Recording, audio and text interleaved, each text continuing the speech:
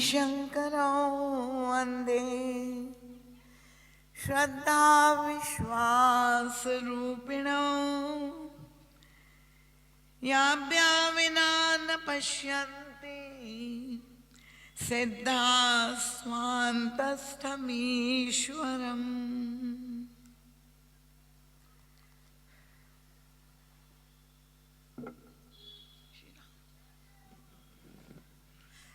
प्रभु के मंगलमय दिव्य नाम स्मरण के साथ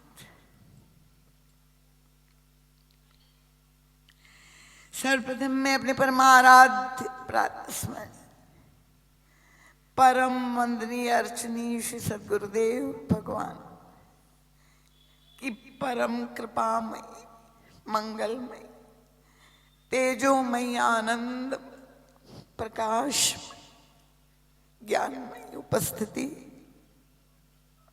को यहाँ पर प्रत्यक्ष रूप से अनुभव करता और गुरुदेव भगवान के परम कृपा पुनीत पाद पद्मों में अपनी प्रणति अर्पित करते हुए सर कोटिशो नमन दंडवत प्रणाम करते और यही गुरु चरणारविंद में अंतर हृदय से प्रार्थना करते आप ही का एक अत्यंत लघु यंत्र बनकर आप ही का संदेश सभी भक्तों के समक्ष रख सको, ऐसी बल बुद्धि विद्या और विवेक देने की कृपा करें।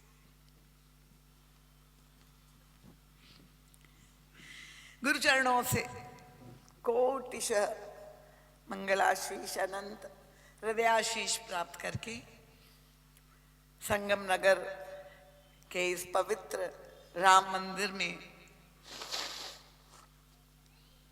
समुपस्थित सभी रामानुरागी कथा रसिक श्रद्धालु जिज्ञासु प्रबुद्ध धर्म प्राण सुधी श्रोता महानुभाव वंदनीय मातृशक्ति सुदूर से पधारे हुए सभी आगंतुक भक्तवृंद सभी विशिष्ट विभूतियां जो यहाँ पर समुपस्थित है अग्रिम पंक्ति से लेकर अंतिम पंक्ति तक नामी एवं अनामी सबका नाम ले पाना संभव नहीं है, पर मेरी भावना यही है कि भगवत कथा श्रवण करने की सात्विक श्रद्धा जिज्ञासा और साधक वृत्ति से आप लोग सभी यहाँ पधारे हैं, तो आप सभी मेरे लिए समान रूप से विशिष्ट ही नहीं अति विशिष्ट है। हृदय से मैं आप सबका बहुत बहुत स्वागत अभिवादन करती हूँ। आज के यजमान दंपति यादव दंपति भगवती जी यादव एवं सौभाग्यवती उर्मिला जी यादव और इस ज्ञान यज्ञ में जो प्रमुख आहुति जिनकी पड़ी है जो है श्री आदरणीय कौशिक जी एवं सुनैना जी, अन्य सभी समिति के समर्पित जो भी सेवादार है, इन सब का हृदय से मैं स्वागत करते हुए सबके चरणों में बार बार नमन वंदन और प्रणाम करते। भगवान महाकाल देवादिदेव, मैंने कल भी कहा था कि ये पुण्य भूमि है जहाँ दो दिव्य ज्योतिर्लिंग की कृपा पूरे वातावरण में इस भूमि में और वातावरण में अनुस्यूत है। उन्हीं के प्रकाश में हम लोग बैठकर उन्हीं की चर्चा, क्योंकि आप जानते हैं कि इस बार चर्चा का जो केंद्र है वो भगवान शिव की महिमा है। तो गत कल यद्यपि कुछ अवरोध आए, पर ये तो साधक की परीक्षा है और परीक्षा जब प्रभु लेते हैं तो वो साधक को और आगे बढ़ाने के लिए लेते हैं। क्योंकि परीक्षा में जब आप उत्तीर्ण होंगे तभी आप अगले क्लास में आपका एडमिशन होगा। और आप सभी देवियां देवता जो कल उपस्थित थे, उन सारी विघ्न बाधाओं को पार करते हुए आप लोग जिस श्रद्धा पूर्वक शांत चित्त से सुनते रहे, तो आप सभी निश्चित रूप से जिज्ञासु सुधी श्रोता है। तो आइए अब हम इस प्रसंग के अंतराल में प्रवेश करें। मानस की अभी जो पंक्ति मैंने आपके समक्ष पढ़ी है, बाल कांड के प्रारंभ में ही गोस्वामी तुलसीदास जी ने वंदना प्रसंग में गणेश जी और सरस्वती जी की वंदना के पश्चात प्राथमिकता जिसको दी है, सबसे पहले जिसकी वंदना की है, जिनका स्मरण किया है, वह है भगवान शंकर और पार्वती। भगवान श्री राम और सीता जी की वंदना से भी पहले महत्व देते हैं वे भगवान शंकर और पार्वती। और वे कहते हैं भवानी शंकर वंदे श्रद्धा विश्वास रूपेण। जब वे इनका दर्शन करते हैं गोस्वामी तुलसीदास जी, तो उन्हें दिखाई देता है कि भगवान शंकर तो घनीभूत विश्वास के मूर्त रूप है। और जब वे भगवती पार्वती का दर्शन करते हैं तो उन्हें लगता है कि पूर्ण श्रद्धा ने ही पार्वती माता के रूप में अवतार लिया है। और साथ में वे कहते हैं याभ्या विना न पश्यन्ति सिद्धा स्वांतस्थमीश्वर। इनकी कृपा के बिना बड़े सिद्ध व्यक्ति ही क्यों ना हो, अगर भगवान शंकर और पार्वती की कृपा उनके ऊपर नहीं है तो वे स्वांतस्थ ईश्वर का दर्शन नहीं कर सकते। कितना ही बड़ा सिद्ध महात्मा क्यों ना हो, ज्ञानी हो, पर अगर ये दोनों की कृपा उन्हें प्राप्त नहीं है तो प्रभु का दर्शन उनके लिए संभव नहीं है।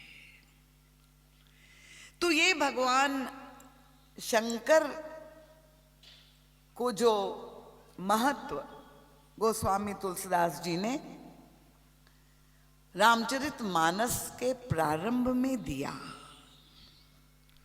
वो भगवान शंकर कौन है, उनका स्वरूप क्या है, ये शिव तत्व क्या है, शिव जी की महिमा क्या है। क्योंकि आप लोग सभी कथा श्रवण करते ही रहते हैं, और कल मैंने आप लोगों के सामने ये बात कही थी कि ये कोई पारंपरिक कथा नहीं है जहां बालकांड से उत्तरकांड की पूरी क्रमशः यात्रा 7 दिन में हो। कल मैंने कहा था कि 2 विधाएं हैं, एक में इतिहास परक कथा जहां कही जाती है और दूसरी कथा की विधा है जिसमें रस की प्रधानता है। क्योंकि हम और आप सभी रस पाना चाहते हैं और भगवान का जो श्री विग्रह है वो तो रस स्वरूप है, तो हमें वह अलौकिक रस प्रभु के गुणगान के द्वारा प्राप्त हो ताकि हमारा अंतर जीवन रसमय हो जाए, भगवताकार हो जाए। तो यहां पर भगवान शंकर और पार्वती जी के लिए जो शब्द प्रयोग किया है भवानी, गौरी, भगवान शंकर भव है। आप सहस्त्र नाम से अर्चना भी करते हैं देवताओं की, चाहे भगवान विष्णु की हो चाहे भगवान शंकर की हो, हजारों नाम है। पर भगवान शंकर का एक नाम है भव, और भगवती को भवानी कहा जाता है। मैं देखिए प्रारंभ में आप लोगों को सावधान करना भूल गई, कृपया जिसके पास वो यंत्र हो, क्योंकि आकाशवाणी अभी अगर बीच में हो जाएगी तो वैसे भी ये यंत्र की वाणी व्यवधान उत्पन्न कर रही है।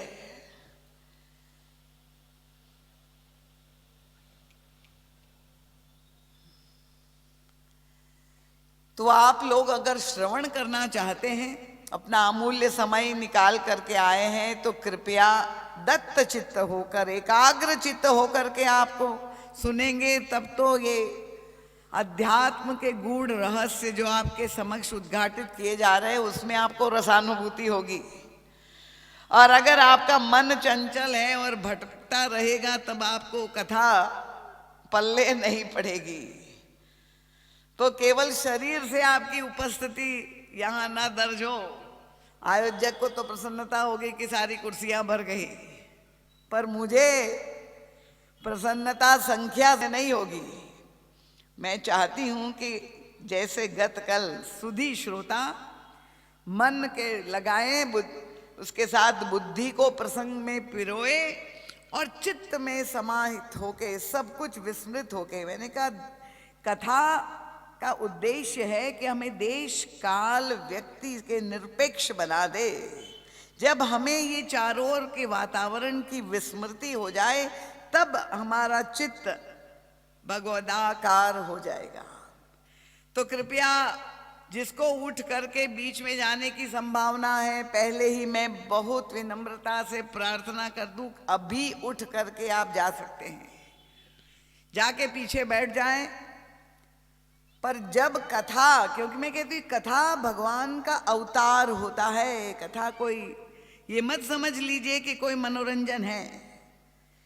और जब प्रभु का अवतार होता है और तब ये श्री विग्रह में किसी भी प्रकार कथन में श्रवण में व्यवधान उपस्थित ना हो, ये सहयोग आपका मैं बड़ी विनम्रता से प्रार्थना करती हूँ।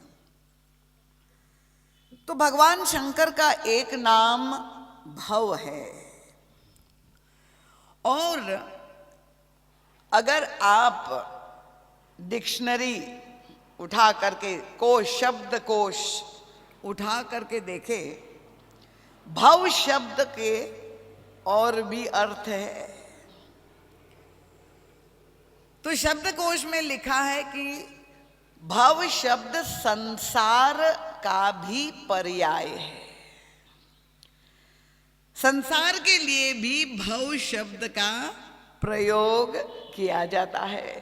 आप लोग देवियां, भावुक देवियां भजन गाती है, भगवान हमारी नैया भव पार लगा देना, गाती है ना। तो संसार के लिए भी भव शब्द का प्रयोग किया जाता है, और भगवान शंकर का भी एक नाम भव है। अब देखिए, हमारे गुरुदेव की चिंतन और अन्वेषण की शैली देखिए, वे तो वहीं से विश्लेषण और मंथन शुरू कर देते। क्योंकि आप लोग सभी विज्ञ है, पठित है, इसलिए मैं साहस कर रही हूं कि आपको गहराई से चर्चा करूं। आज एक देवी कह रही थी कि दीदी माँ ऐसी कथा तो कहीं हमें आज तक सुनने को ही नहीं मिली। मैंने कहा यजमान भी हमारे ऐसे ही है जो ऐसी गूढ़ गंभीर कथा सुनना चाहते हैं। तो भव शब्द भगवान शंकर के लिए भी, और उसी नाम से संसार को भी संबोधित किया जाए। तो हमारे गुरुदेव कहते क्या शब्द कोश में कोई शब्दों की कमी थी क्या, कि जिस नाम से हम संसार को पुकारे उसी नाम से शंकर जी को पुकारे। जहां करोड़ों शब्द है एक ही शब्द शिव जी के लिए, वही संसार के लिए। क्या तात्पर्य है? क्यों?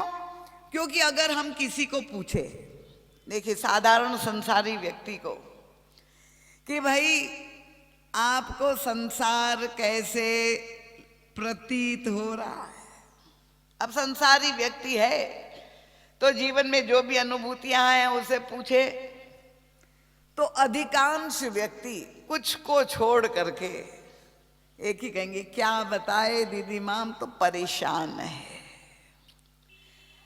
इतनी समस्याएं हैं, इतना दुख है, इतना कष्ट है, इतना संघर्ष है, इतना तनाव है, इतनी मानसिक वेदना है। तो अधिकांश व्यक्ति यही तनाव और दुख और कष्ट से मुक्त होने के लिए आजकल ये दरबार में जो संतों के लग रहे हैं और लाखों की संख्या में लोग पहुंच रहे हैं, वे सभी अपने जीवन के इस कष्ट से निवृत्ति पाना चाहते हैं, परेशान हैं, इसलिए अपनी कामनाओं से परेशान हैं, इसलिए वहां जाते हैं। तो संसार के लिए जब पूछते हैं, भगवान श्री कृष्ण ने भी भगवत गीता में कहा, संसार के लेके दुखालयम शाश्वतम। ये क्या है? संसार इनका दुखालय है। अब भगवान शंकर शिव जी की ओर जब हम देखते हैं, उनका स्वरूप कैसा है, तो शिवत्व का, शिव शब्द का ही नाम लेते कहते जो परम मंगलमय है, जो सुखद है, जो परम कल्याणकारी है, जो आनंदमय है, उन्हीं को हम शिव कहते हैं। तो एक और शिव जी जो परम मंगलमय है, उनको भव कह रहे हैं, और दूसरे संसार जो परम दुखमय है, उसको भी हम उसी शब्द भाव से पुकार रहे हैं। विचित्र बात है। अब हमारे गुरुदेव प्रश्न उठाते हैं कि ये संसार बनाया किसने? उनका भगवान ने बनाया। भगवान का स्वरूप क्या है? जिन्होंने ये संसार बनाया उनका स्वरूप क्या है? ईश्वर का स्वरूप क्या है? तो सारे शास्त्रों में आप पढ़े तो उसमें कहते हुए तो सत चित आनंद स्वरूप है।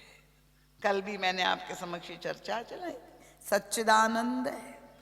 तो अगर वे सच्चिदानंद है तो फिर उन्होंने ये संसार को दुखमय क्यों बनाया?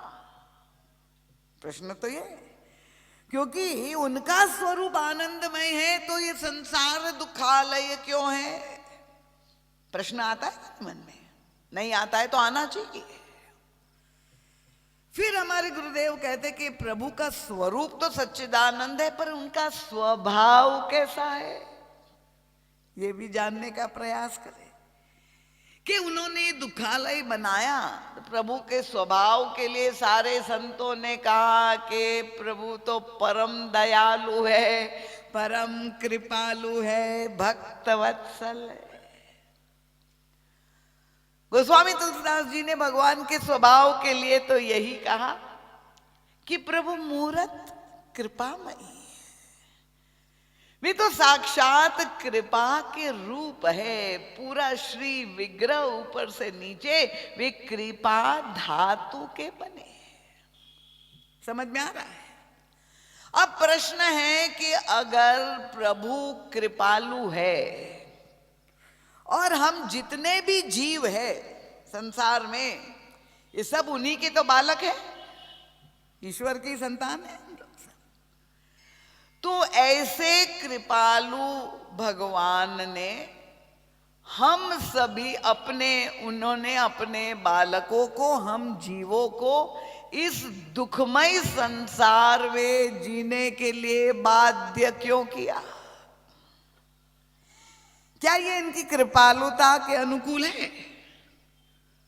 संसार दुखमय बनाया और फिर हमें भेज दिया कि तुम्हें जाओ इस संसार में जीना है, और इतना दुख हम भोगे, तो क्या ये उनके स्वभाव और स्वरूप के अनुकूल है?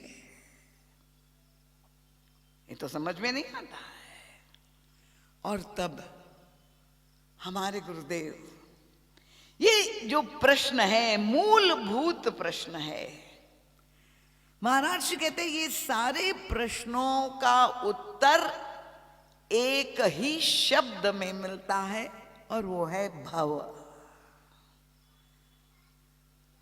अगर इस शब्द जो भगवान शंकर का स्वरूप है,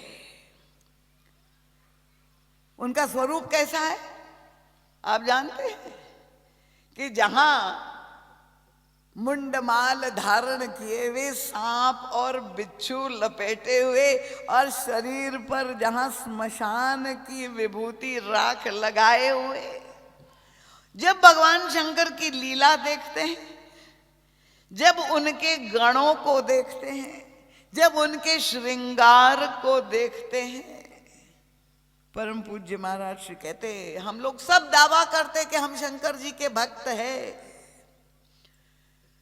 और शिव जी को हम अपना इष्ट मानते हैं, पर क्या तुमने शिव के स्वरूप को, उनकी श्रृंगार को, उनकी लीला को, इस शिव के तत्व को समझा है?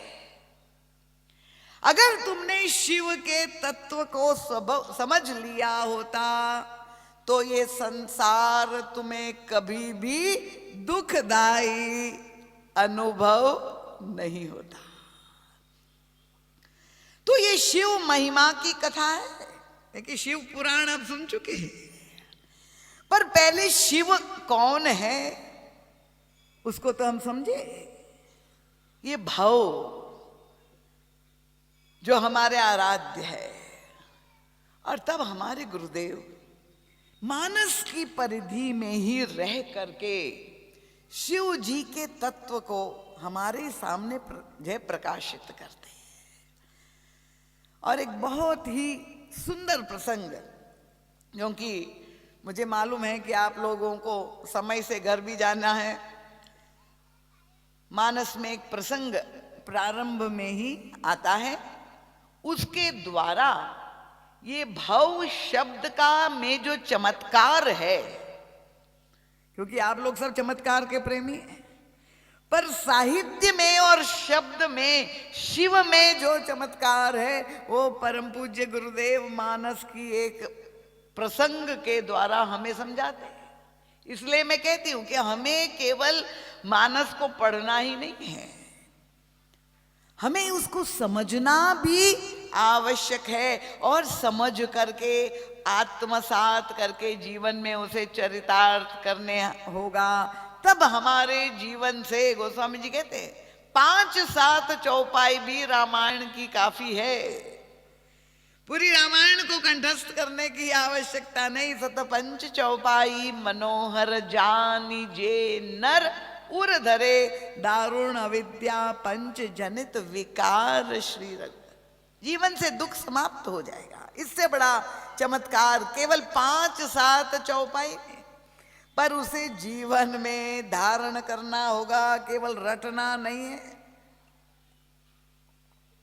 तो एक प्रसंग जो मैं आपके समक्ष कहती हूं, वो प्रसंग है श्री भगवती श्री सीता जी और भगवान राम के विवाह के अंतर्गत का ये प्रसंग है। कृपया ये मत समझ लीजिए कि दीदी माँ अभी यहाँ थी अब वहां चली गई। मैंने कहा ये रस प्रदान करने वाली कथा है, ये कोई क्रमिक कथा नहीं है। हम विभिन्न महाराज श्री पूरे मानस का मंथन करते हैं। मंथन आप करते हैं ना देव, या दही से, और उससे नवनीत निकलता है। तो वो दिव्य रस गुरुदेव ने मंथन करके हमें प्रदान किया है, तो हम छिलका और गुठली अलग करके केवल रसपान कर रहे। तो विवाह प्रसंग के अंतर्गत आता है। कथानक से आप सब अवगत है, ये मैं विश्वास करती हूं कि भगवती सुनैना अपनी, क्योंकि महाराज दशरथ ने घोषणा की है विवाह का समारंभ का आयोजन मिथिला में हुआ है और पूरे संसार से राजा राजकुमार को निमंत्रण दिया है और सब पधारे हैं। अब धनुष भंग जो करेगा उसकी से परिणय श्री सीता जी करेगी, ये उनकी प्रतिज्ञा है। और तब एक दिन पहले, धनुष यज्ञ से पहले, कृपया जिनके साथ बालक आए हुए उनको आप पीछे बिठा दीजिए, अग्रिम पंक्ति में नहीं। और इधर ध्यान देखिए, यही व्यवधान होता है, आप लोग मानते नहीं है तब परेशानी आती है।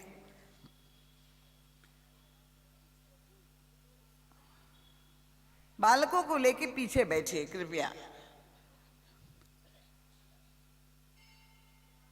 तब सुनैना जी अपनी पुत्री को श्री किशोरी जी से कहती है कि कल धनुष यज्ञ का समारंभ है, आज जाकर के तुम भगवती पार्वती के मंदिर में जाकर के पूजा करो और देवी से ये प्रार्थना, ये कामना करो कि इतने लोग जहां पर आए हुए हैं संसार से, उसमें तुम्हारे लिए जो अनुरूप पति हो वो तुम्हें कृपा करके वो प्रदान न करे।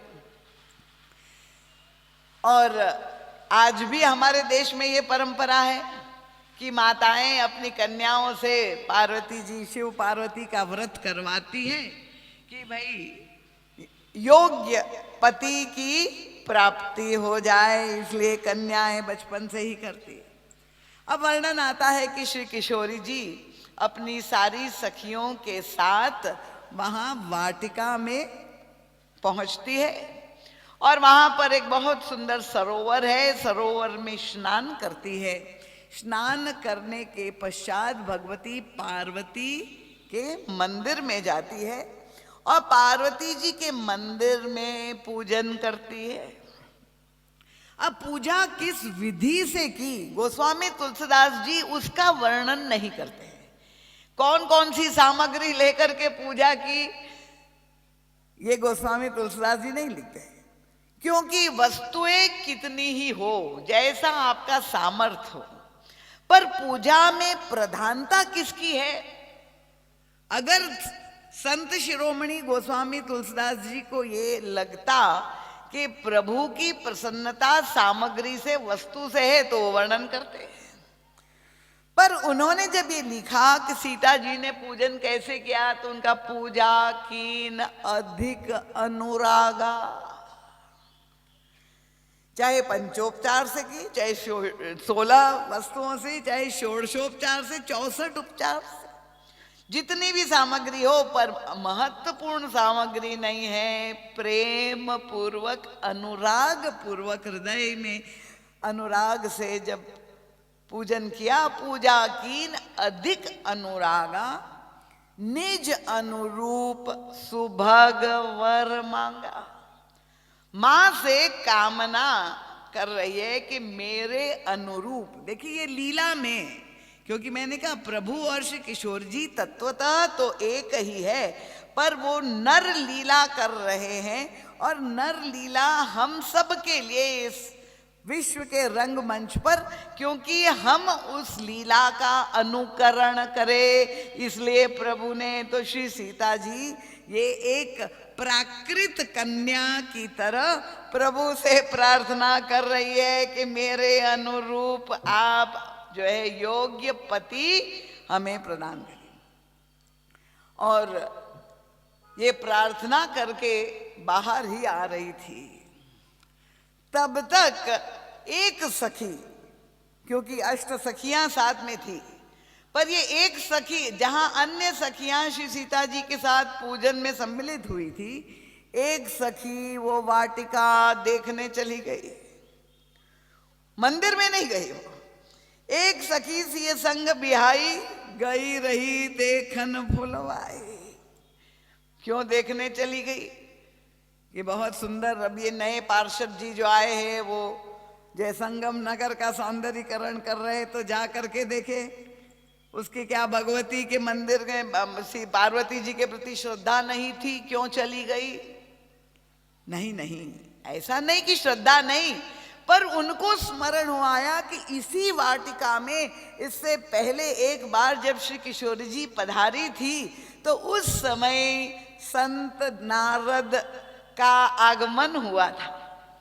और देवर्षि नारद को जब भगवती श्री किशोरी जी ने प्रणाम किया था तो उन्होंने उनको आशीर्वाद दिया था कि इस वाटिका में जब एक राजकुमार आएगा और उनको देख करके जब तुम्हारे हृदय में अनुराग उत्पन्न होगा तब समझ लेना कि उसी से तुम्हारा विवाह होगा। तो वो सखी को संत की वाणी पर इतना टूट विश्वास था कि अब विवाह का समारंभ है और देवर्षि ने जो कहा है तो ऐसा नहीं हो कि इस वाटिका में कोई राजकुमार आया हुआ हो। तो वो वही खोजने के लिए चली गई और धन्य हो गई, क्योंकि वहां पर उसी समय, अब ये पहले से निश्चित तो था नहीं, श्री किशोरी जी तो आई है भगवती का पूजन करने के लिए और उसी समय भगवान श्री राम और लक्ष्मण जी वाटिका में आए हैं। क्यों? गुरुदेव पूजन करेंगे, पूजन के लिए सुमन चाहिए, पुष्प चाहिए, तो पुष्प कहाँ से आएंगे? वाटिका में सुमन है। प्रभु ने हमारे सामने देखिए क्या आदर्श रखा है। वो चाहते तो नौकरों को भेज देते जा करके फूल तोड़ करके ला, पर प्रभु स्वयं गुरुदेव की प्रति जो भक्ति है, भावना है, जो प्रभु ने आदर्श प्रकट किया है, प्रभु स्वयं सुमन संचय करने के लिए, फूल चुनने के लिए पधारते हैं। और जब वे हाथ में दोने में लेकर के फूल चुन रहे थे वाटिका में, उसी समय ये सखी ने दर्शन कर लिए और दर्शन करके प्रभु के सौंदर्य का दर्शन करके इतनी भाव विभोर हो गई कि तुरंत दौड़ करके लौटी।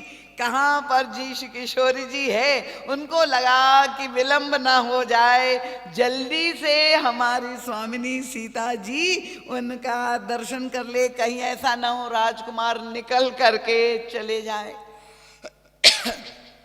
और उनकी जो स्थिति थी भाव विवल देखकर सखियों ने पूछा, तासु दशा देखी सखिन पुलक गात हर्ष नैन। तो अब वो पुलकावल यहाँ जो है नेत्र में से अश्रु प्रवाह हो रहा है, रोमांचित हो रही है। पूछा कि तुम्हारी ये स्थिति क्यों है? और तब बहुत सुंदर केवल संकेत 2 शब्दों में उसने दिया, श्यामल गौर किमि कहूं बखानी। 2 ही शब्द गिरा, नैन नैन बिनुबानी। जिसने दर्शन किया उसमें बोलने की क्षमता नहीं, और जो बोल सकती है वाणी उसको दर्शन प्राप्त नहीं है। मैं कैसे वर्णन करूं?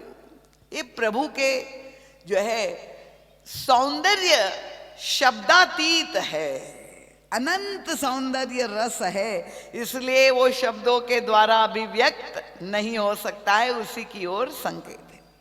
और तब बहुत ही सुंदर ढंग से वो श्री किशोरी जी के सुनी सी ही अति उत्कंठा जागी। श्री किशोरी जी के हृदय में उत्कंठा जागृत हुई, प्रियतम का दर्शन मिल जाए, क्योंकि हृदय में तो वो जानती है अभी तक जब से प्राकट्य हुआ है दर्शन एक दूसरे का मिलन हुआ नहीं है। तक करी जो अग्र करी प्रिय सखी सोई, उसी सखी को आगे करके सीता जी उनके पीछे पीछे चल रही, अनुगमन करते हुए।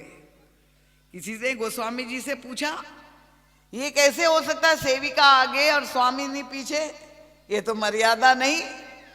पर गोस्वामी जी ने कहा, ये हमारी सीता जी किशोर जी बड़ी सयानी है, अगर स्वयं आगे आगे चली जाती तो अन्य संसार के लोग जो देखते वो कहते ये कैसे चली गई, क्या पहले से उसको मालूम है, देखा हुआ था?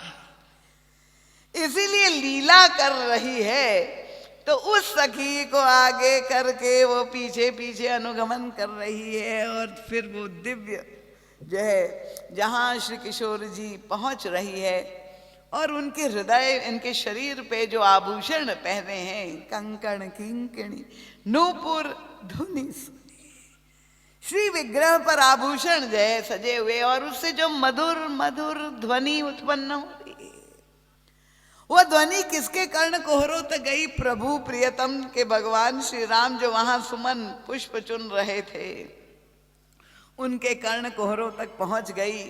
और तब अभी तो श्री सीता जी का दर्शन ही नहीं किया, पर हृदय में एक नया भाव, एक नया रस प्रभु के हृदय में प्रकट हो गया, हिलोरे लेने लगा।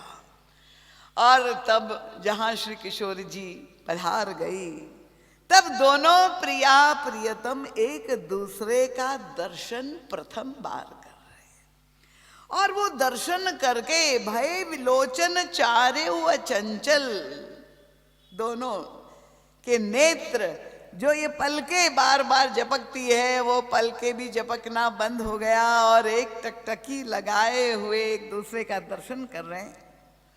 और फिर वो दर्शन बहुत ही दिव्य प्रसंग है। उसके बाद जब श्री किशोर जी को सखियां लौटाती है, याद दिलाती है कि विलंब हो जाएगा, और स्मरण दिलाती है, तब श्री किशोर जी वापस अब उनको महल वापस जाना है। पर गोस्वामी तुलसीदास जी ने कहा कि श्री किशोर जी के हृदय में भी अब प्रेम का उद्भव हो गया है, अनुराग हो गया है, और प्रभु को देख करके उनको पति रूप में पाना चाहती है, ये कामना जागृत हो गई है। अब क्या करे? श्री किशोर जी लौट रही है, पर बहुत व्याकुल है।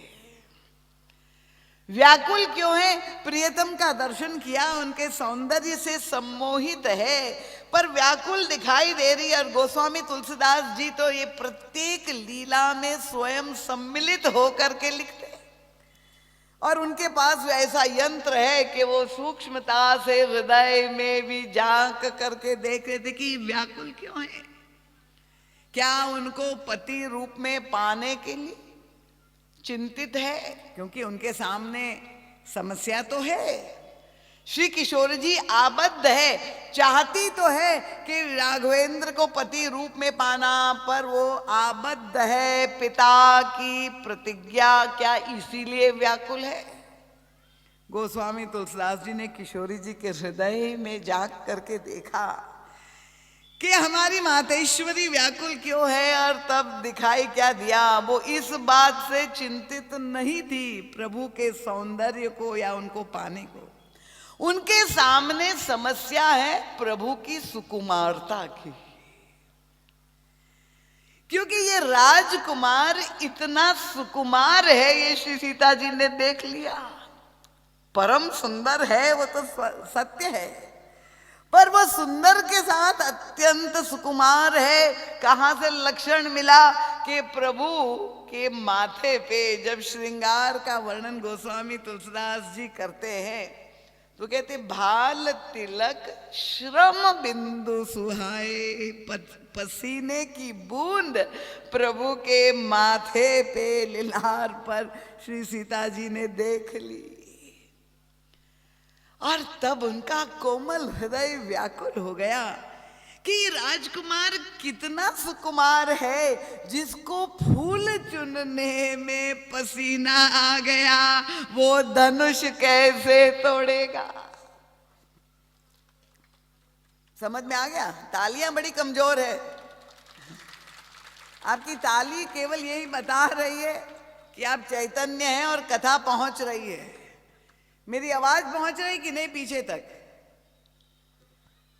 तो उन हृदय से इसलिए व्याकुल है कि राजकुमार कैसे धनुष तोड़ेगा, क्योंकि इतना सुकुमार है, और पिताजी की प्रतिज्ञा है उसके बिना मैं उनको पति रूप में वरण नहीं कर सकती।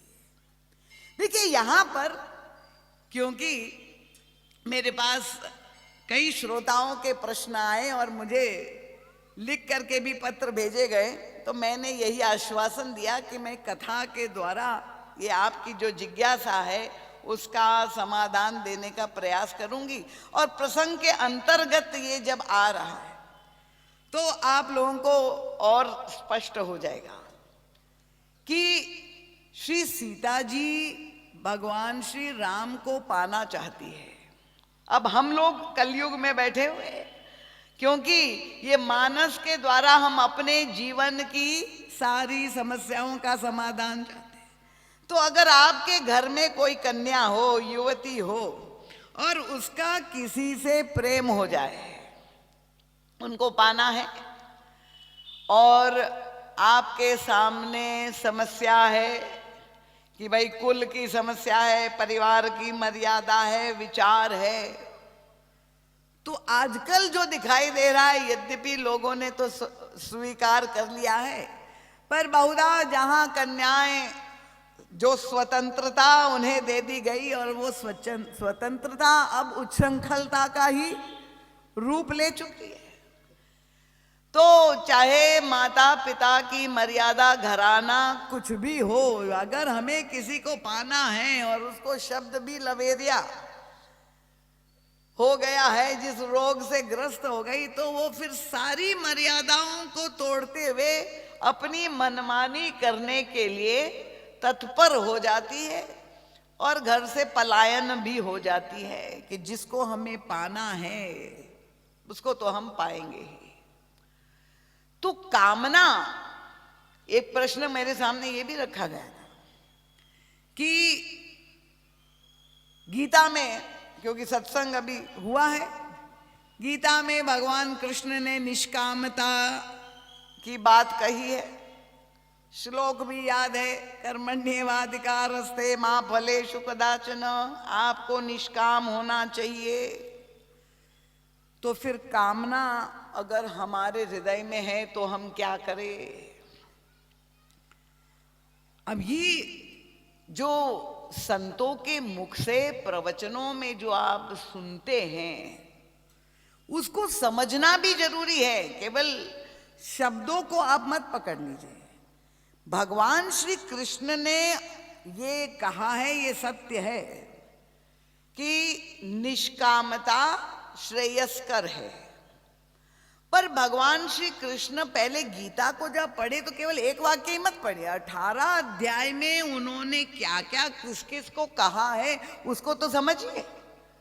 देखो, प्रसंग आता है शुरू में ही, जब गीता का श्री गणेश होता है कि अर्जुन युद्ध से विरत होना चाह रहा है।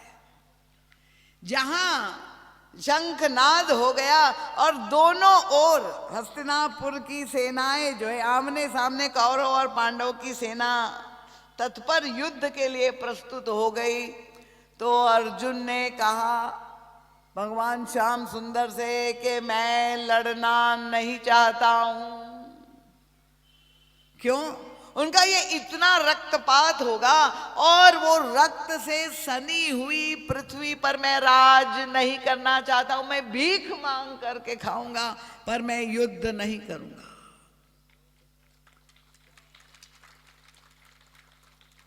ये तालियां भले बजा ले, पर पहले आप सुन लीजिए।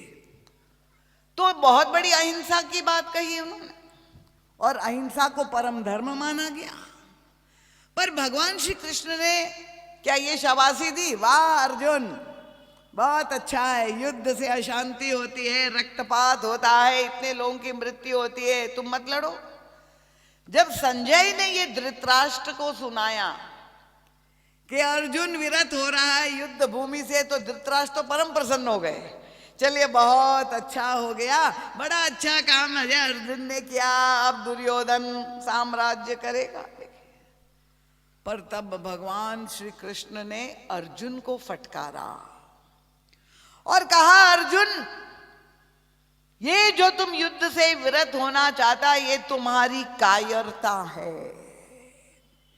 और कहा, क्लैव्यम आस्मगमः पार्थ,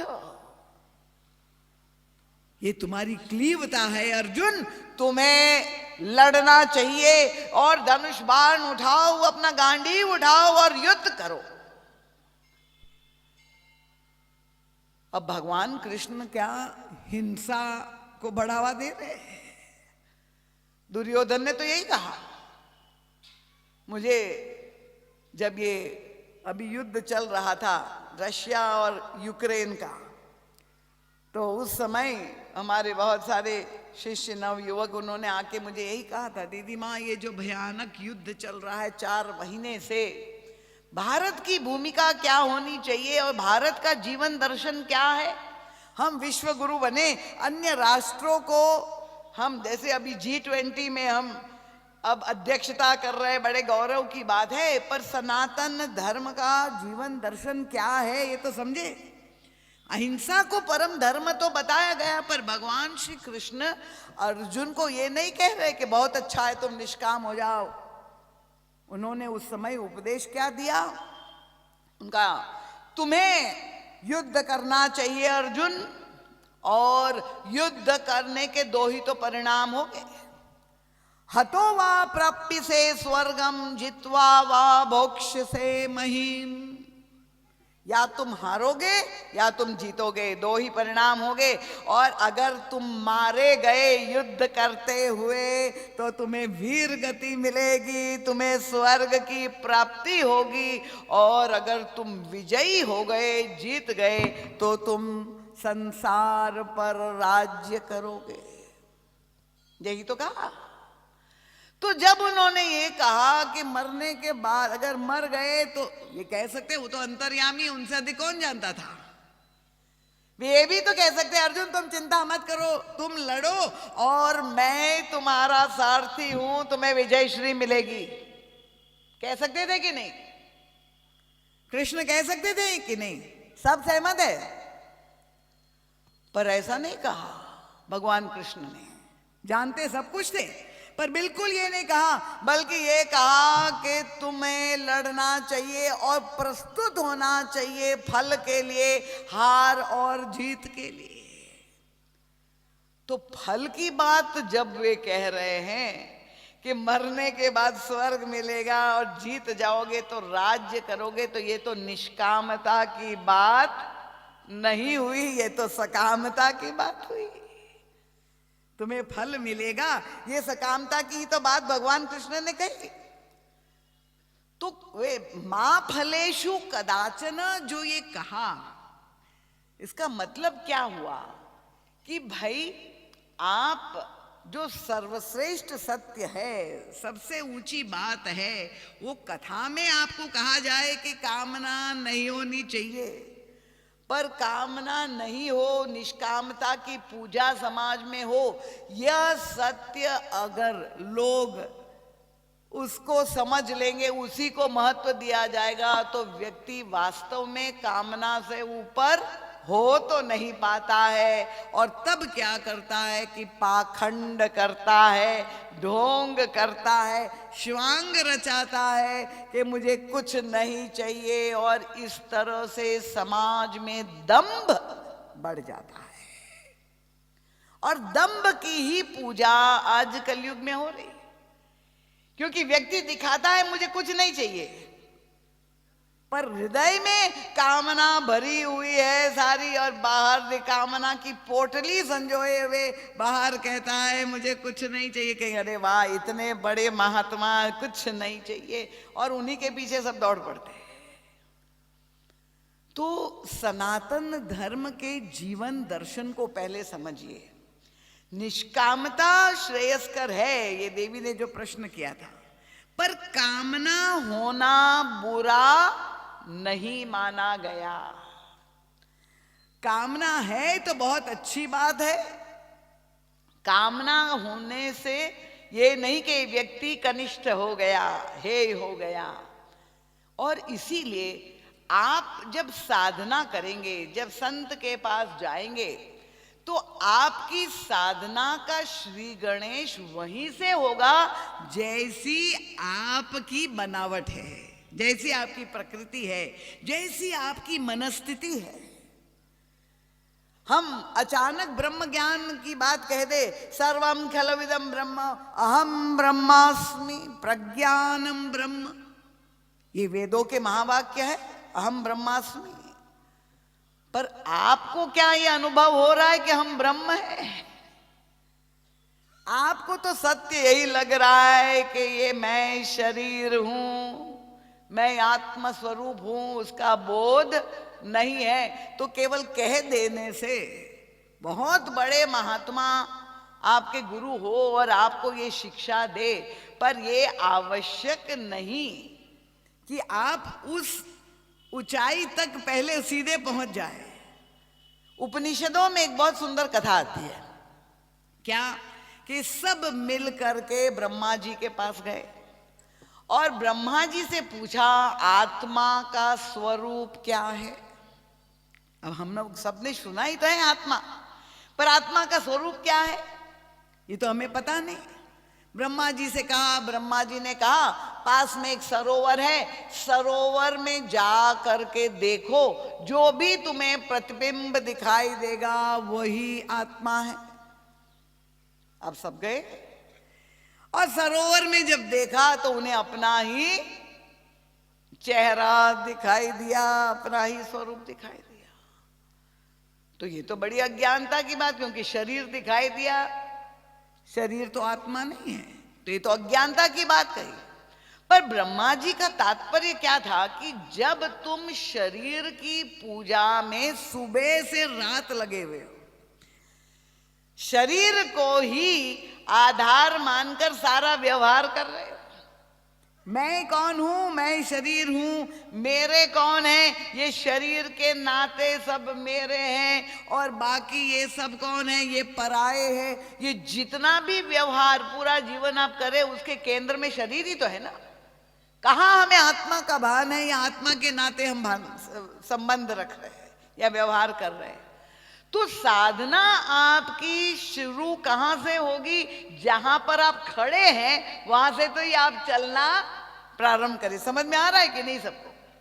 लक्ष्मण जी ने प्रभु से पूछा कि प्रभु आपके चरणों में अनुराग कैसे हो, भक्ति कैसे हो।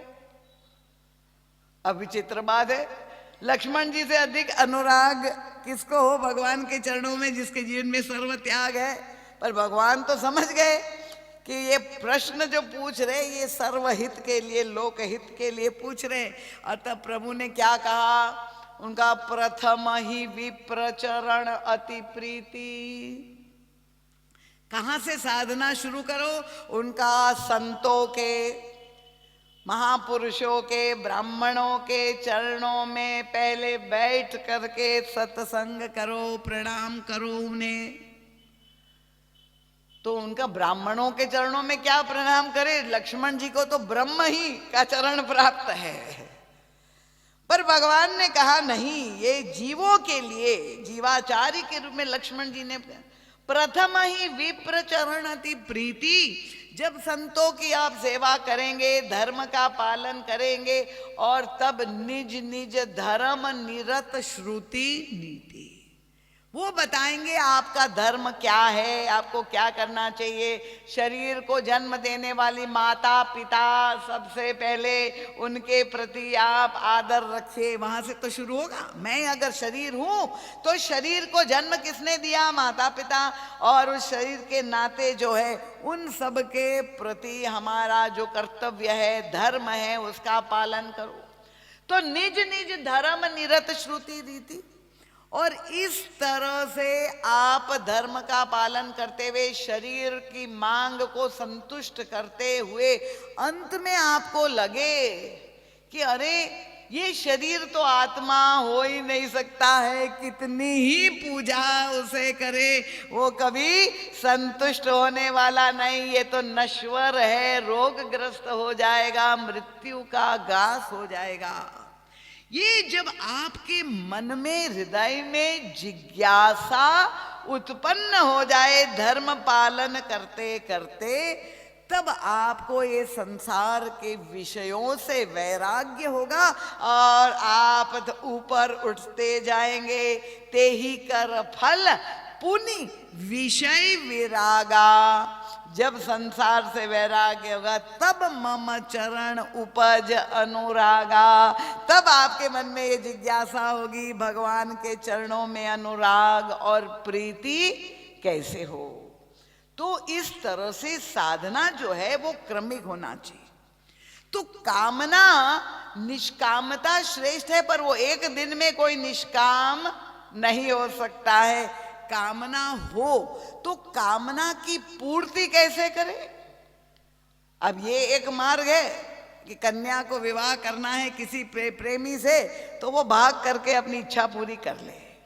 पर श्री किशोरी जी ने यहाँ बताया कि कामना उनके हृदय में जागृत हुई है, प्रभु को पाना चाहती है पति के रूप में, और तब क्या करे, तो वे जब लौट करके आती है वापिस भगवती पार्वती के मंदिर में जाती है। देखिए, तो कामना को हम धर्म के साथ जोड़ करके और कैसे उसको सुंदर स्वरूप दे, ये हमारा मार्गदर्शन सीता जी ने किया कि कामना होने में बुराई नहीं है, पर अगर हम भगवान से देवताओं से साथ जोड़ करके धर्म के मार्ग से इस कामना को पूर्ण करेंगे तो वो हमारे लिए परम कल्याणकारी हो।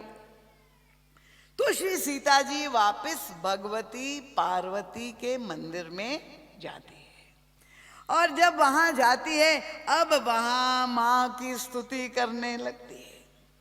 वो स्तुति भी आप लोग सबको याद होगी, जय जय गिरिवर राज किशोरी, जय महेश मुख चंद्र चकोरी, जय गज बदन षडानन माता। पार्वती जी की भावमयी स्तुति सीता जी स्वयं कर रही है। आप कौन हैं? तो उन्होंने कहा आप किसकी पुत्री है, किसकी पत्नी है, किसकी माता है, इस रूप में उनका परिचय किया। जय गज बदन षडानन माता, ये दो पुत्रों की आप माता। और फिर ये बहुत लंबी स्तुति है, पर अपने पास इतना समय नहीं कि उसका विश्लेषण।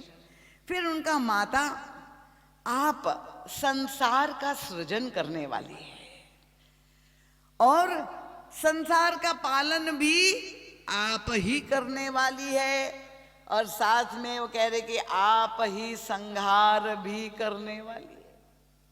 ये प्रार्थना कर रही है। अब मां के द्वारा सृजन हो ये तो समझ में आ सकता है, और मां के द्वारा पालन हो ये भी समझ में आ सकता है, पर वे कहते माता आप ही संसार का संहार भी करने वाली है। तो ये तो बड़ी कठोर बात लगती है ना, कि एक माता बालक को जन्म दे, उसका लालन पालन करके बड़ा करे, पर क्या माता किसी का मार सकती है? वैसे तो ये मातृत्व और वात्सल्य के अनुकूल नहीं है, पर आजकल तो सब कुछ अखबारों में पढ़ने को मिलता है। इतने तरह तरह के कांड आते हैं कि माँ ही अपनी बेटी का गला घोट करके मारते, ऐसे भी घटना होती। पर श्री सीता जी ने यहाँ जब माँ की स्तुति की है, यद्यपि श्री सीता जी के लिए भी गोस्वामी तुलसीदास जी ने जब स्तुति की है प्रारंभ में, तो यही शब्द लिखा है, उद्भव स्थिति संहार कारणीम क्लेशहारणीम सर्वश्रेयस्करीम सीताम नतोहम राम वल्लभ। तो ये तीनों स्थिति, उद्भव, पालन और संहार, तो ये देवियों की जो हम पूजा करते हैं नवरात्र में, जो है सभी अलग अलग देवियों की पूजा करते हैं, उसमें भगवती काली भी है, केवल सरस्वती और लक्ष्मी की पूजा नहीं करते, दुर्गा की भी पूजा करते हैं, और दुर्गा के भी अनंत रूप है, उसमें महिषासुर मर्दिनी की भी पूजा करते हैं। तो वो संहार ही तो करती है, दुष्टों का संहार करने वाली। तो यही श्री किशोरी जी के लिए गोस्वामी तुलसीदास जी ने कहा माता, क्योंकि आप ही वो आदि शक्ति है जिसके द्वारा ये सारे शक्ति के स्वरूप प्रकट हुए। तो यहाँ पर आज सीता जी लीला में जब पार्वती जी की वंदना करती है तो वो यही कहती है, और शब्द क्या प्रयोग किया है उनका, भव भव विभव पराभव कारिणी विश्व विमोहन स्वबसवन बिहार। आप कौन हैं? तो उनका, आप संसार का सृजन करने वाली है, वो भव भव।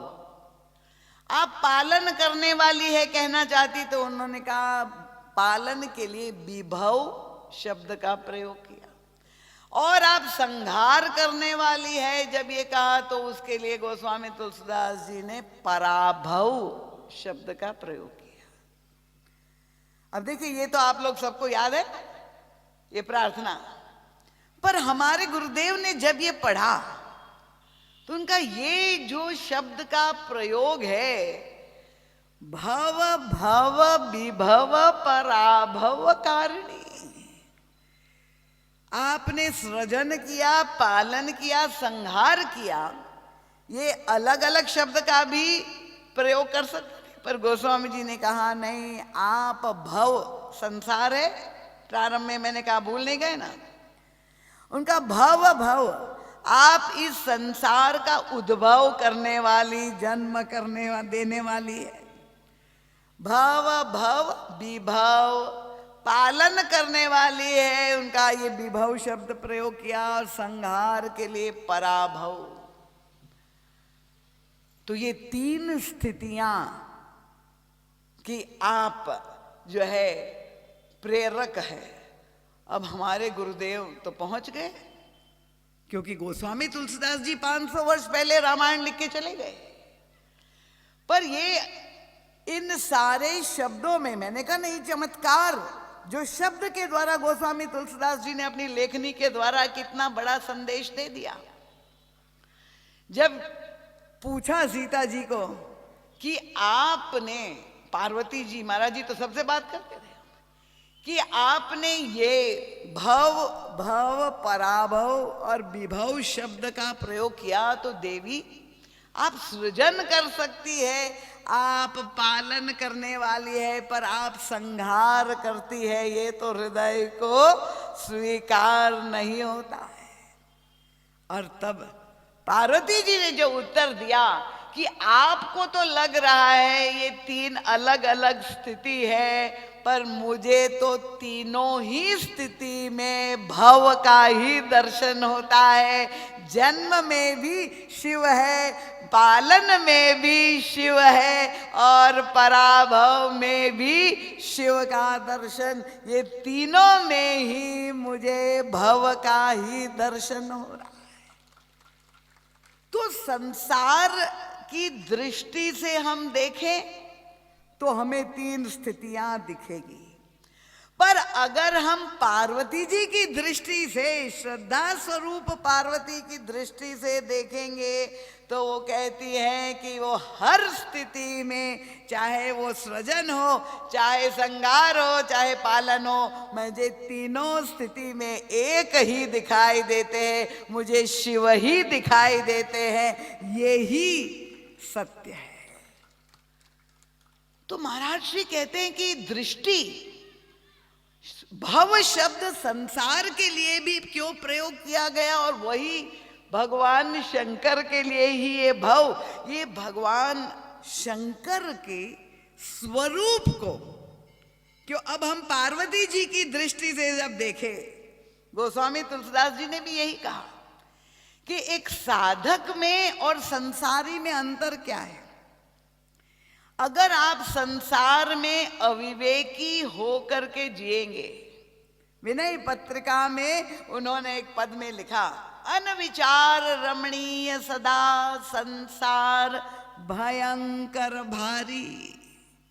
जो अविवेकी होकर के जिएगा उनके लिए ये इतना दुखद होगा, भयंकर होगा। और यही लोगों की अनुभूति, इसलिए तो रोज नित्य प्रति इतने लोग आत्महत्या कर रहे हैं। क्यों कर रहे हैं? क्योंकि ऐसी विपरीतता उनके जीवन में, प्रतिकूलता जब आती है और उन्हें कोई रास्ता नहीं दिखाई देता है, तब उन परिस्थितियों के कारण चाहे मानसिक रूप से अवसादग्रस्त हो जाए, डिप्रेशन के शिकार हो जाए और अंततो गत्वा आत्महत्या भी कर लेते। तो गोस्वामी जी कहते कि पहले जीवन जीने की कला हमको सीखनी होगी। किससे? ये भाव। भगवान शंकर के आप भक्त है तो शिव जी पर खाली जल चलाना यथेष्ट नहीं है। शिव जी जो संकेत कर रहे हैं, जो संदेश दे रहे हैं, उसको भी समझना जरूरी है। शिव का स्वरूप क्या है? ऐसा लगता है कि जितना संसार है उसमें जितनी कुरूपताएं हैं, जितनी विसंगतियां हैं, वो शिव जी ने सब कुछ अपने में समेट लिया है। कैसे? उनके भगवान शंकर के विवाह का प्रसंग आप सब जानते हैं। इसलिए गोस्वामी तुलसीदास जी ने कहा, अनविचार रमणीय सदा संसार भयंकर भारी, पर सम संतोष दया विवेक ते।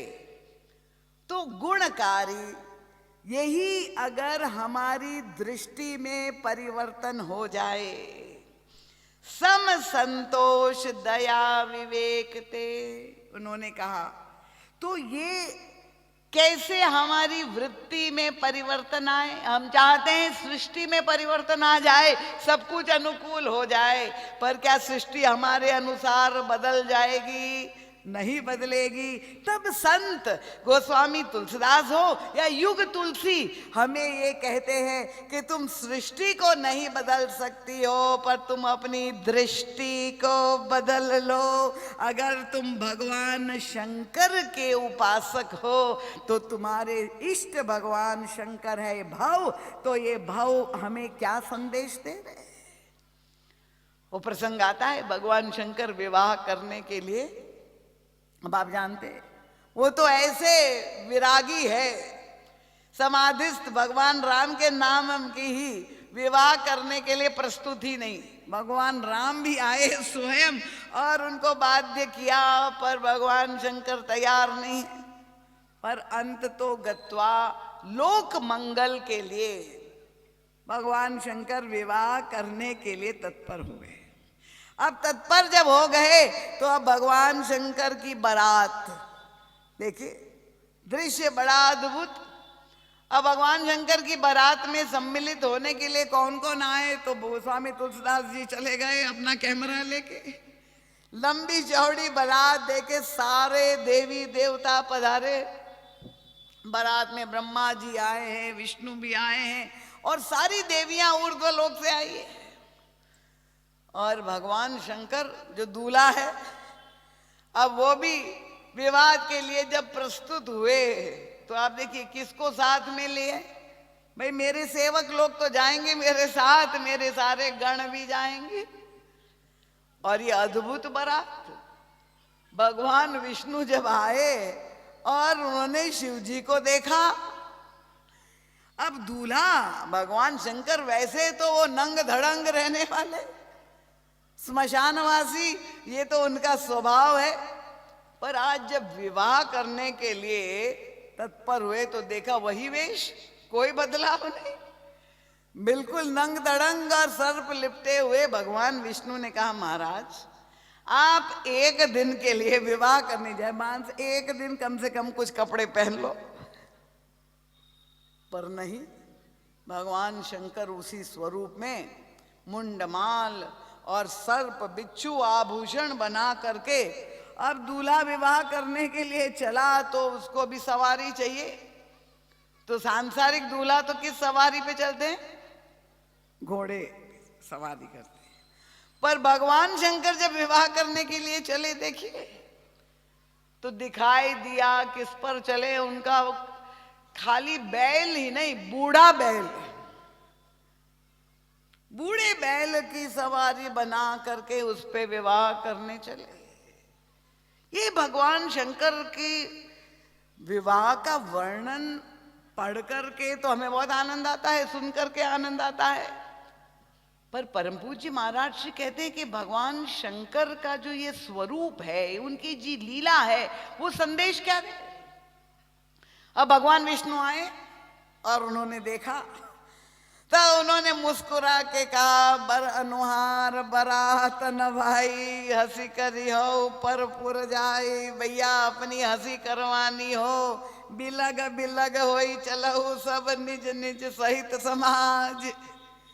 भैया इस दूल्हे और उनके बारातियों के साथ देवियों ने कहा कि इस दूल्हे के लायक तो संसार में कोई दुल्हन अभी तक बनी ही नहीं है। भैया सब अपने अपने समाज के साथ चलो, इनके साथ कोई चलने को तैयार नहीं।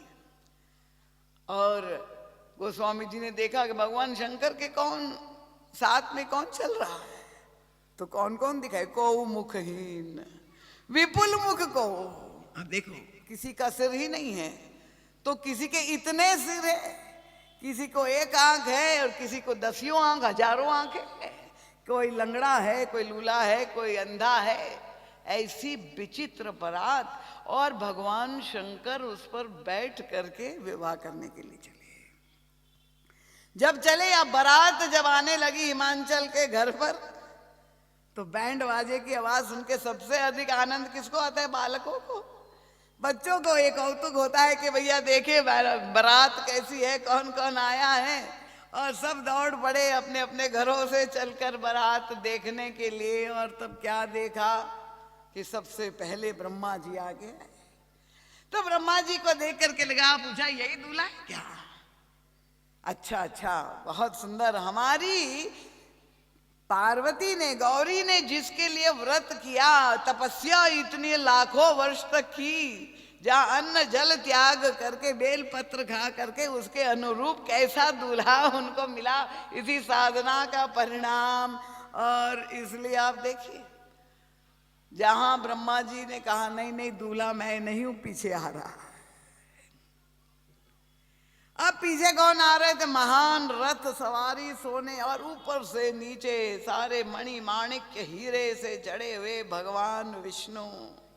तिरुपति बालाजी को आप दर्शन करने गए होंगे, कितना श्रृंगार अद्भुत, भगवान विष्णु स्वयं चले आ रहे और सब प्रसन्न हो गए कि भैया दूल्हा बहुत सुंदर है, हमारी कन्या के अनुकूल है। पूछा आप भी दूल्हे? उनका नहीं मैं नहीं हूं, दूल्हा पीछे आ रहा है। अब आप देख लीजिए, अब एक के बाद ब्रह्मा जी से अधिक सौंदर्य तो भगवान विष्णु में, और भगवान विष्णु ने जब मना कर दिया तो अब तो कल्पना, यही परिकल्पना होगी कि अब दूल्हा इससे भी सुंदर कैसे होगा।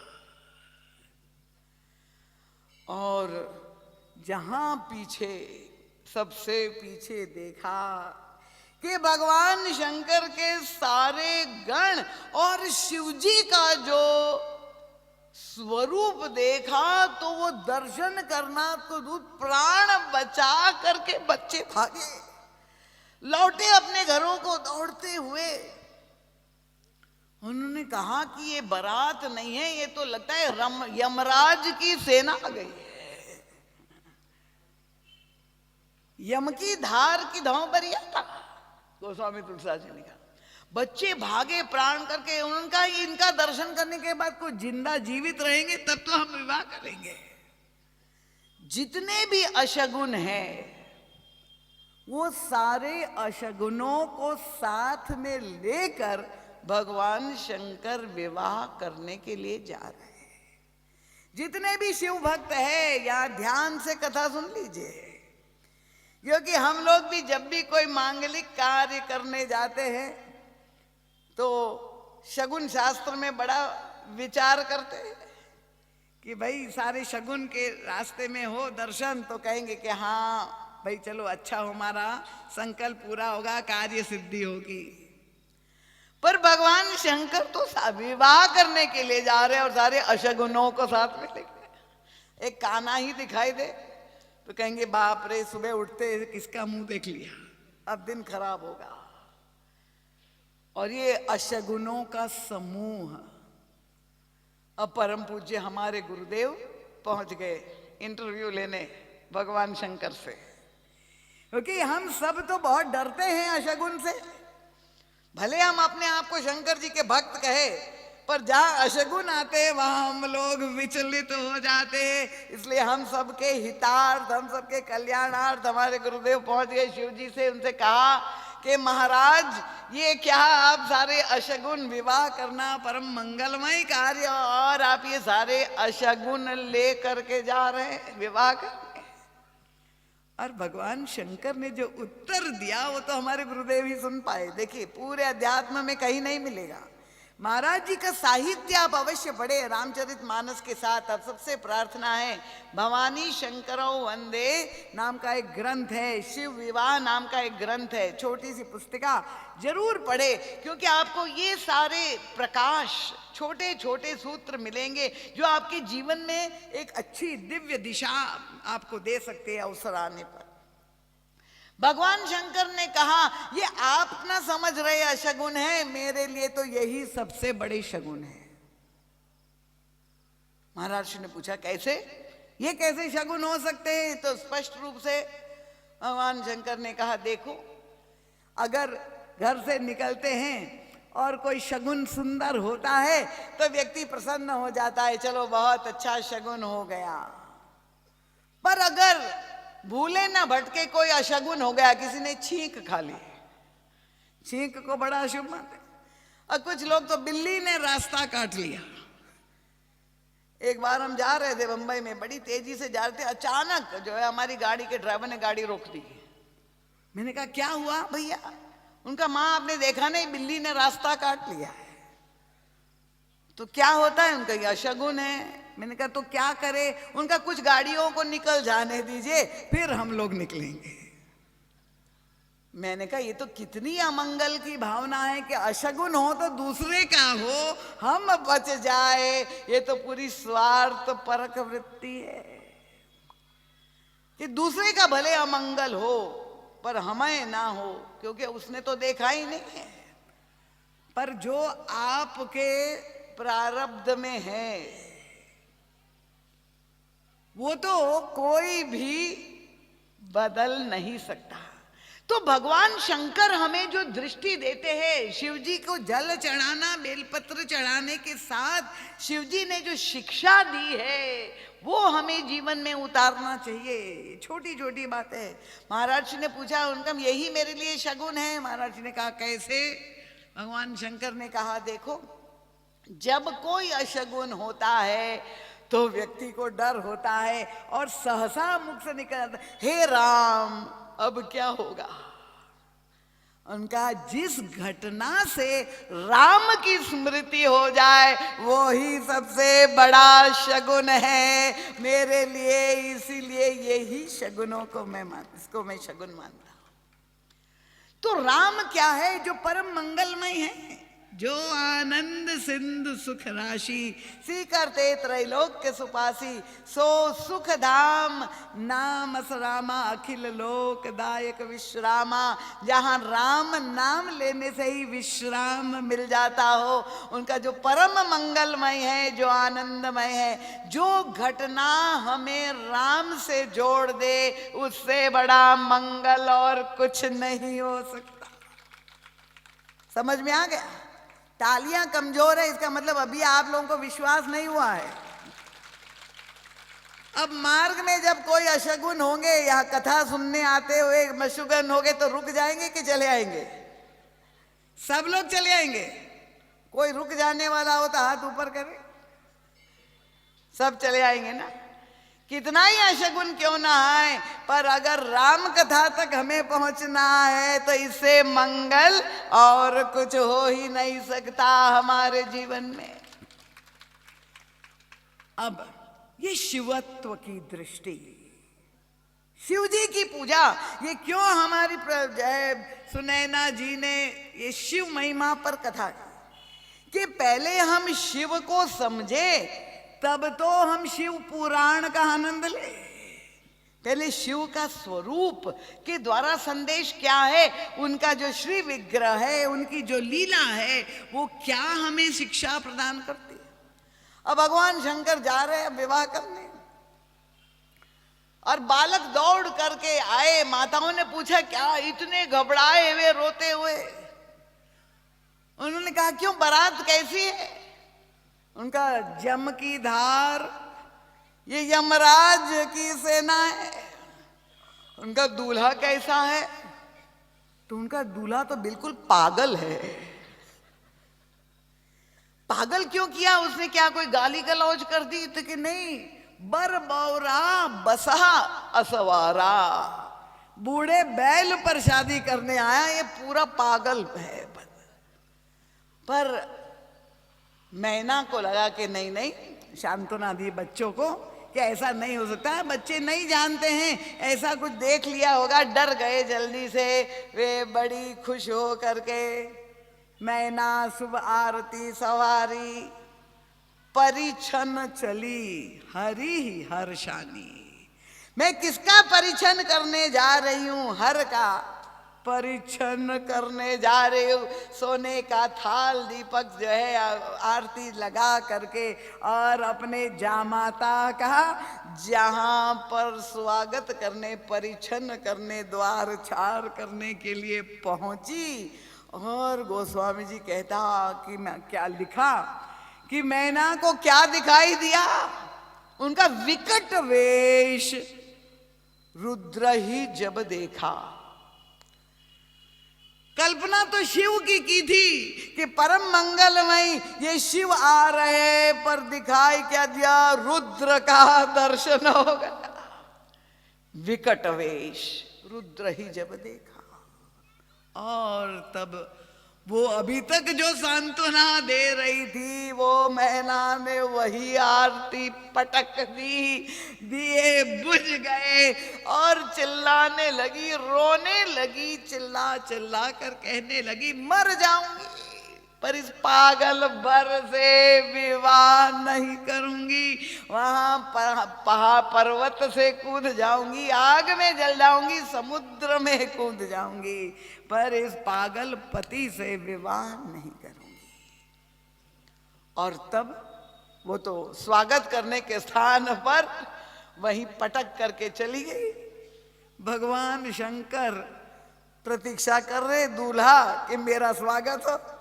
अब कल्पना कर लीजिए कि शिवजी के स्थान पर कोई सांसारिक दूल्हा होता, बारात के साथ आया होता और उनकी होने वाली सास ऐसे, इससे बड़ा अपमान और कुछ हो सकता कि वही थाल पटकते, गालियां बकते हुए, चिल्लाते, रोदते हुए चली जाती, तो वो दूल्हा क्या करता?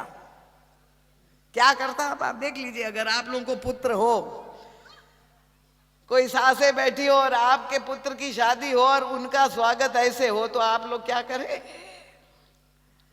पर हम लोग सब अपने को शिव भक्त मानते हैं। शिव जी ने क्या किया? इससे बड़ा अपमान और क्या हो सकता है? दिया बुझ गया, इससे बड़ा शगुन क्या हो सकता है?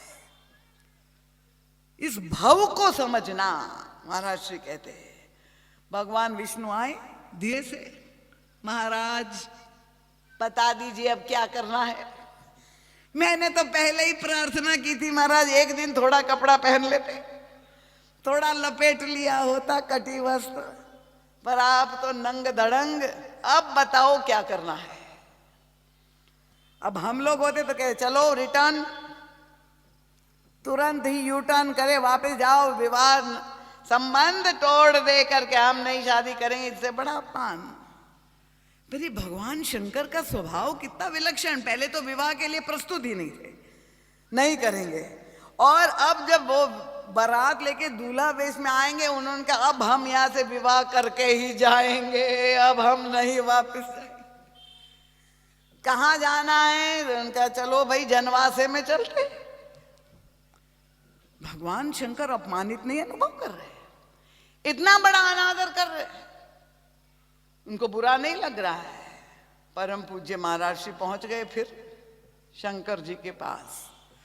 महाराज इतना बड़ा आपका अपमान हो गया, मैना और हिमांचल के द्वार पर दूल्हा के रूप में आप आए। अब देखिए ये मैना कौन है? महाराज जी आध्यात्मिक व्याख्या करेंगे, क्योंकि ये कथा एक युग की नहीं, हमारे जीवन का सत्य, सारी कथाएं हमारे जीवन से जुड़नी है। महाराज जी कहते ये मैना बुद्धि की प्रतीक है और हिमांचल को है वो अटल निष्ठा के प्रतीक है। तो बुद्धि ने ये कल्पना की कि बहुत ही सुंदर शिव जो नाम है, उन्होंने कहा उनका मैं स्वागत करूंगी। भगवान शंकर के उस दिव्य रूप में शिवत्व परम मंगल की परिकल्पना बुद्धि में, ये माइंड सेट जो हम सब का होता है। पर जिस मंगल की परिकल्पना बुद्धि ने की, वहां पर क्या हुआ? ठीक उल्टा, विकट वेश रुद्र ही तब देखा।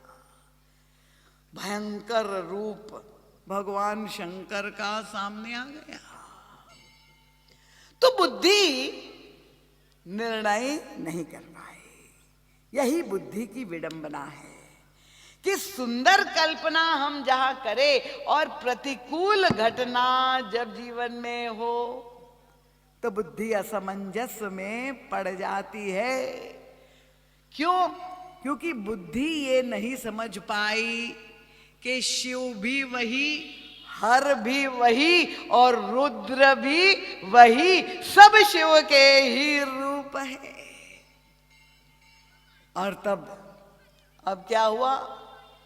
जिस संत देवर्षि नारद की मार्गदर्शन में भगवती पार्वती ने साधना की थी और उसकी याद आ गई मैना को, और जो खरी खोटी गाली सुनाने लगी, ये संत ने हमें बताया नहीं। चमत्कार की कल्पना की थी कि चमत्कार हो जाएगा और इसके बदले ठीक भयंकर स्वरूप जब सामने आया, अश्रद्धा हो गई।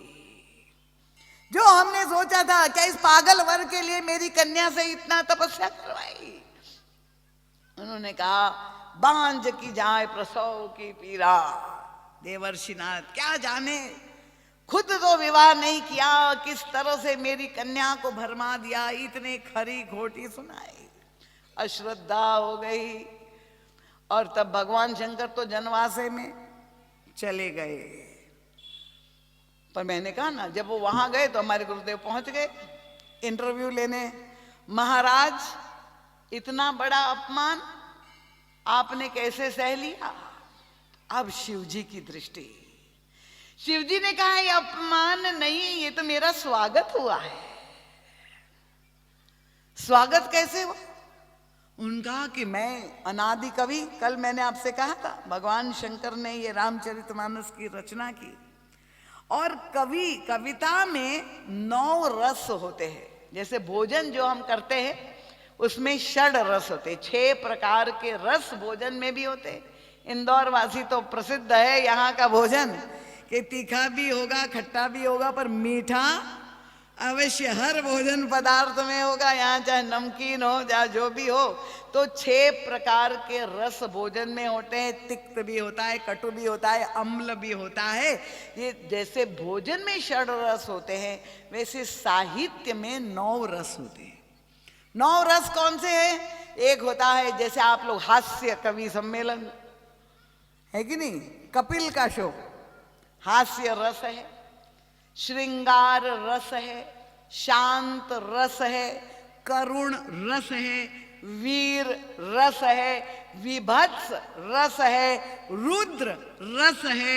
इस तरह से 9 प्रकार के रस साहित्य में होते हैं।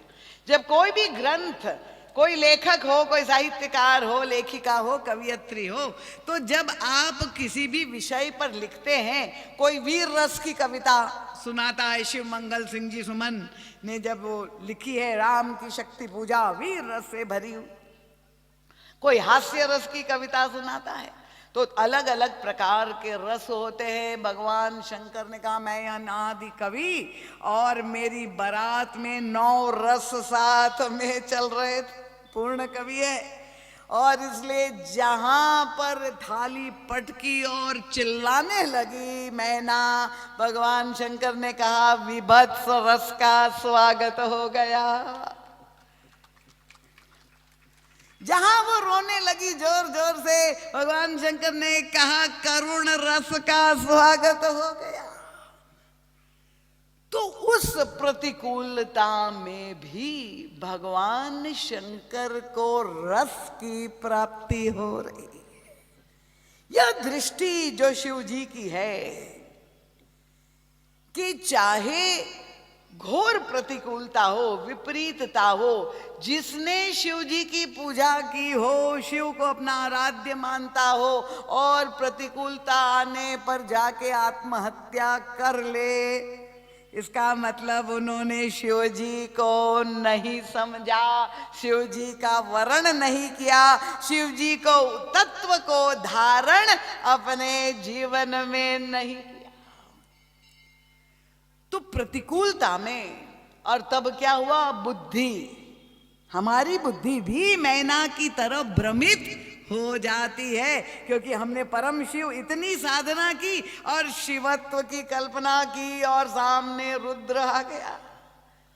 काकभूषुंडी जी भी जब साधना करते हैं महाकाल में, और भगवान शंकर की कथा आप जानते ही है कि उनको श्राप दिया जब उस समय, तो गुरुदेव ने जब उस समय भगवान शंकर की स्तुति की है, वो स्तुति आप जानते हैं, नमामीश मीशान निर्वाण रूपम, उसमें भी कहते भगवान शंकर आप कौन है, वो कहते करालम महाकाल कालम कृपालम, आप भयानक, आपका जो स्वरूप है बड़ा डरावना है, कराल है, विकराल है, आप महाकाल है, पर आप कृपालम भी है, परम कृपालु भी है। तो बहिरंग रूप से भगवान शिव का स्वरूप देख करके लगता है कि बड़े अशिव है, जो मैना को हुआ भगवान शिव का स्वरूप देख करके, पर होता उल्टा भी तो है। शिव जी देखने में अशिव है पर अंदर से परम शिव है, और संसार में ऐसे बहुत लोग मिलते हैं जो देखने में बड़े शिव होते हैं पर भीतर से बड़े अशिव होते हैं। इसलिए स्वरूप पर नहीं जाना चाहिए। तो मैना के मन में जब संदेह हुआ समाधान क्या करे, तब फिर से संत का आगमन हुआ।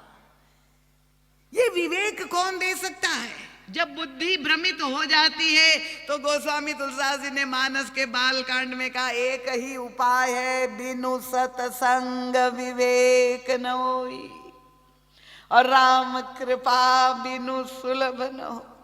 जब संत का आगमन होता है, वो संत का संग करने से ही हमारी विवेक की दृष्टि खुल जाती है। क्यों हम गुरु चरणों में प्रणाम करते?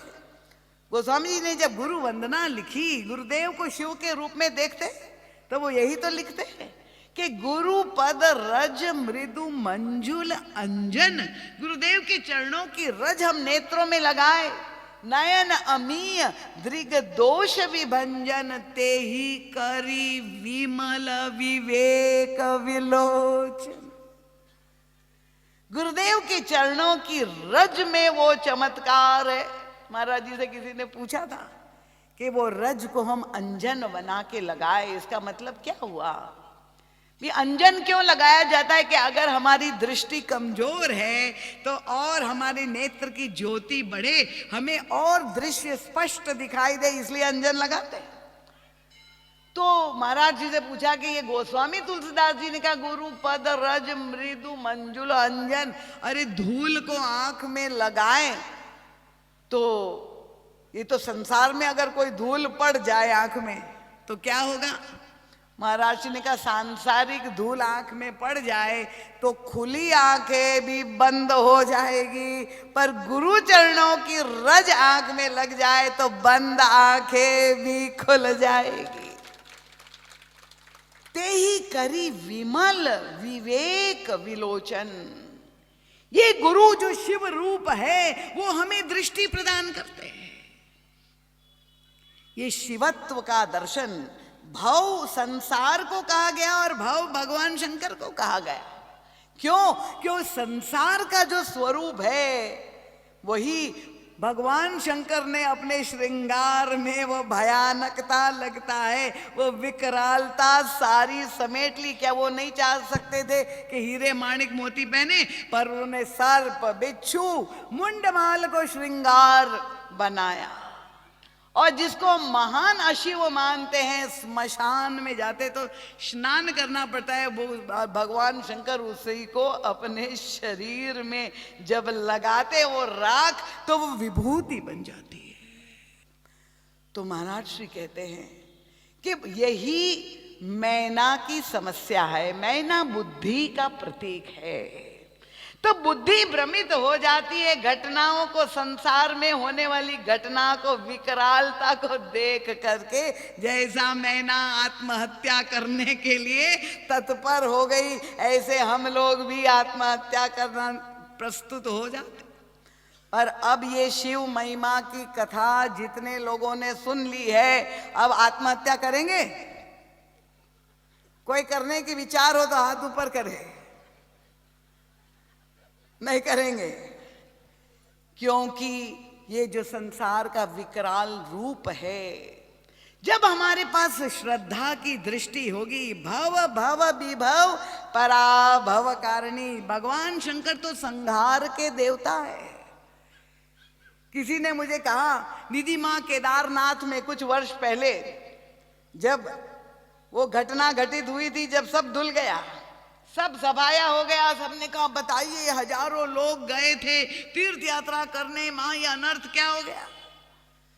मैंने कहा ये तो भगवान शंकर का स्वरूप ही है, संहार के वो देवता है, इसमें आश्चर्य की क्या बात है। जब उसने देखा कि बहुत गंदगी घर में बढ़ गई है, तो वहां गंगा जी मैया को कहा, मंदाकिनी मैया को कहा जरा सफाई कर दो, धो दो घर को, तो वो केदारनाथ की धुलाई कर दी। तो आप केवल अच्छी अच्छी बात हो उसी में शिवत्व माने, पर ये जो विकरालता है इसमें भी कृपा है। और तब देवर्षि नारद आते हैं और सत्संग करते हैं, और उनके सत्संग के परिणाम स्वरूप तब वो जो श्रद्धा समाप्त हो गई थी, वो वापस श्रद्धा लौट गई। और तब उन्होंने समझा दिया कि जिसे तुम अपनी पुत्री समझ रही हो, वो कोई साधारण कन्या नहीं है, वो तो साक्षात जगदम्बा भवानी तुम्हारे घर में प्रकट हुई है। वो भगवान शंकर की अर्धांगिनी, उनकी शक्ति स्वरूप है। तो ये निष्ठा और बुद्धि रूपी मैना, ये दोनों को सत्संग के परिणाम से तब ये परिवर्तन उनकी बुद्धि में आया, और तब उन्होंने विवाह संपन्न कराया। इसका मतलब कि यही भाव भगवान शंकर का जो सौंदर्य है। शिव जी को हम सर पर बिच्छू की माला देख करके तो घर वहां चढ़ाते हैं और जल चढ़ाते हैं, पर हकीकत में एक सर्प यहां आ जाए अभी, तब आप लोगों की क्या स्थिति होगी। तो यही हमें अपने जीवन में ये जो साधना करनी है, शिव जी के द्वारा उनकी कथा सुन करके, उनकी लीला का पाठ करके, उनके श्रृंगार का दर्शन करके ये समझना है कि ये सारा संसार ही शिवमय है, ये हमारे शिव का ही स्वरूप है। और इसीलिए जो शिव का भक्त है वो विकरालता को देख करके परेशान नहीं होता है, प्रतिकूलता को देख करके परेशान नहीं होता है, उसे सब में अपने इष्ट का ही दर्शन होता है। हमारे प्रभु परम कृपालु है, भले दिखाई देते हैं कराल विकराल, वो महाकाल है, पर वो कृपालु भी इतने बड़े हैं। तो भक्त को उनकी भक्त वत्सलता पर जो विश्वास होता है, इसीलिए साहित्य में संसार को भी भव कहा गया और भगवान शंकर को भी भव कहा गया। ये भव के द्वारा भगवान शंकर ने आपके नाम के द्वारा एक बहुत बड़ा संदेश हमें प्रदान किया है। तो ये जो शिव तत्व है हमें अपने जीवन में उतारना है। वह दृष्टि, इसलिए गोस्वामी जी कहते याभ्या विना न पश्यन्ति सिद्ध स्वांतस्थमीश्वरम। उनकी कृपा के बिना संभव ही नहीं है कि हम सत्य का साक्षात्कार कर सके। इसीलिए राम कथा लिखने से पहले वे भगवान शंकर के चरणों में प्रणाम करते हैं। राम कथा लिखने से पहले शिव जी की कथा लिखते हैं कि उनकी कृपा जब होगी तभी मेरे हृदय में श्रद्धा और विश्वास आएगा और तभी ये नेत्र प्राप्त करके मैं भगवान राम का दर्शन कर पाऊंगा, राम कथा लिख पाऊंगा।